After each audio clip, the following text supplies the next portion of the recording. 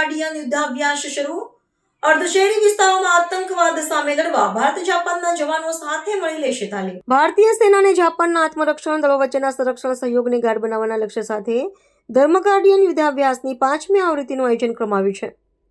2 સપ્તાહ સુધી ચાલનારી આ સઘન તાલીમ કવાયતમાં બંને રાષ્ટ્રોની સૈન્ય ટુકડી અર્ધશહેરી અને વન્ય વિસ્તારોમાં આતંકવાદી વિરોધી અભિયાન ચલાવવા માટે સજ્જ થશે. આ પ્રક્રિયાનો મુખ્ય ઉદ્દેશ્ય બંને દેશોની સેનાઓ વચ્ચે પરસ્પર સમજ અને ક્ષમતામાં વૃદ્ધિ કરવાનો છે, જેથી વૈશ્વિક સુરક્ષા પડકારોનો સામનો સંયુક્ત રીતે કરી શકાય. આ યુદ્ધાભ્યાસ દરમિયાન સૈનિકો દ્વારા સંયુક્ત આયોજન, વ્યૂહાત્મક ડ્રીલ અને આધુનિક યુદ્ધ સામગ્રીના ઉપયોગ પર વિશેષ ધ્યાન કેન્દ્રિત કરવામાં આવશે. બંને દેશોના સૈન્ય અધિકારીઓ અદ્યતન તકનીકો અને સંચાર પ્રણાલીઓના સમન્વય દ્વારા યુદ્ધભૂમિ પર સર્વોપરિતા પ્રાપ્ત કરવાની પદ્ધતિઓનું નિદર્શન કરશે. આ કવાયત ખાસ કરીને આંતરકાર્યક્ષમતા વધારવા અને સમકાલીન લડાયક સજ્જતાને મજબૂત કરવા માટે અત્યંત મહત્વની માનવામાં આવે છે. આ સહયોગ દ્વારા એશિયા પેસિફિક ક્ષેત્રમાં સ્થિરતા અને શાંતિ જાળવી રાખવાનો સ્પષ્ટ સંદેશ આપવામાં આવ્યો છે. આગામી દિવસોમાં તાલીમ કાર્યક્રમ હેઠળ વાસ્તવિક ઓપરેશનલ વાતાવરણ ઊભું કરીને વિવિધ જટિલ લશ્કરી પ્રક્રિયાઓ હાથ ધરવામાં આવશે. બંને સેનાઓ પોતાના અનુભવો અને શ્રેષ્ઠ સંરક્ષણ પદ્ધતિઓ એકબીજા સાથે વહેંચશે, જે ભવિષ્યમાં કોઈપણ સંભવિત કટોકટી વખતે સહાયક સાબિત થશે. સંરક્ષણ નિષ્ણાતોના મતે આ પ્રકારના નિયમિત યુદ્ધાભ્યાસોથી ભારત અને જાપાન વચ્ચેની વ્યૂહાત્મક ભાગીદારી વધુ લોખંડી બનશે. આ કવાયતના સફળ સમાપન બાદ સંયુક્ત નિવેદન દ્વારા હાંસલ કરવામાં આવેલી પ્રગતિની સમીક્ષા કરવામાં આવશે.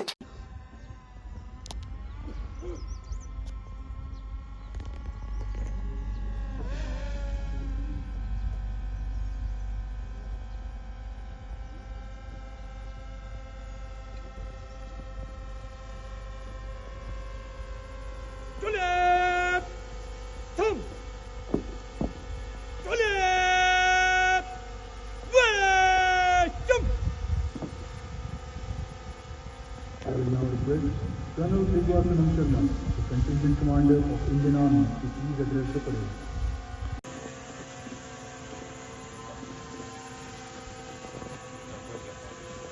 I consider it a great pleasure and honor to welcome all the members of the Japanese contingent from 1st Division, 32nd Infantry Regiment to our country for the 7th edition of Exercise Dharma Guardian. Minasama, Ohayo.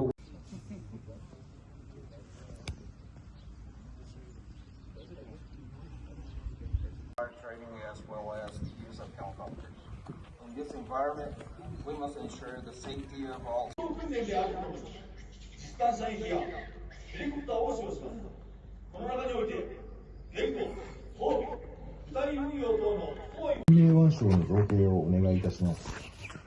Colonel Masayoshi Akura. 大倉一佐お願いします。